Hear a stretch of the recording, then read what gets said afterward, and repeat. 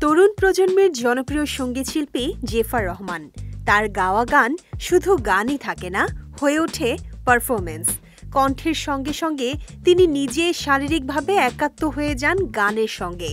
তার গায়কী সবসময় যে অন্যদের থেকে আলাদা তার প্রমাণ দিয়েছেন বহুবার। এবার মঞ্চে রোবটের সঙ্গে নেচে আলোচনায় এলেন এই গায়িকা। সম্প্রতি জেফারের একটি নাচের ভিডিও সোশ্যাল মিডিয়ায় বেশ ভাইরাল হয়েছে। ভিডিওতে দেখা যায় জেফার রহমান গাইছেন তার চিরচেনা ঝুমকা গানটি। এ সময় গানটির তালে নেচে ওঠে কুকুর সদৃশ একটি রোবট। আদতে সেটি একটি এআই বট। সেই ডগি রোবটটি কুকুরের মতো লাফিয়ে লাফিয়ে নাচতে থাকে। সঙ্গে তাল দেওয়ার চেষ্টা করেন জেফারও। গানের সঙ্গে খানিকটা নাচলেন তিনিও।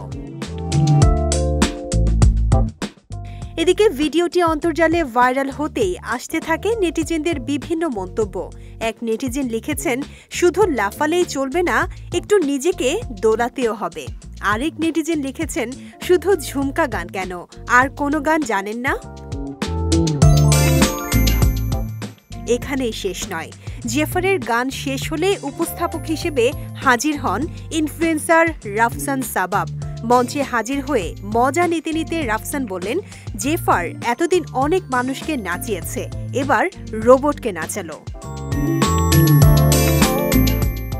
এর আগে মানিক মিয়া অ্যাভিনিউয়ের এক কনসার্টে গানের চেয়ে নাচে বেশি মনোযোগ দিয়েছিলেন জেফার। শ্রোতারা তখন দাবি করেন, একজন সঙ্গীতশিল্পী হয়ে গানের চেয়ে এখন স্টেজে নেচেই দর্শকদের বিনোদন দিচ্ছেন এই শিল্পী। শুধু তাই নয়, জেফারের গায়কী কিংবা গানের দক্ষতা নিয়েও প্রশ্ন তোলেন অনেকেই।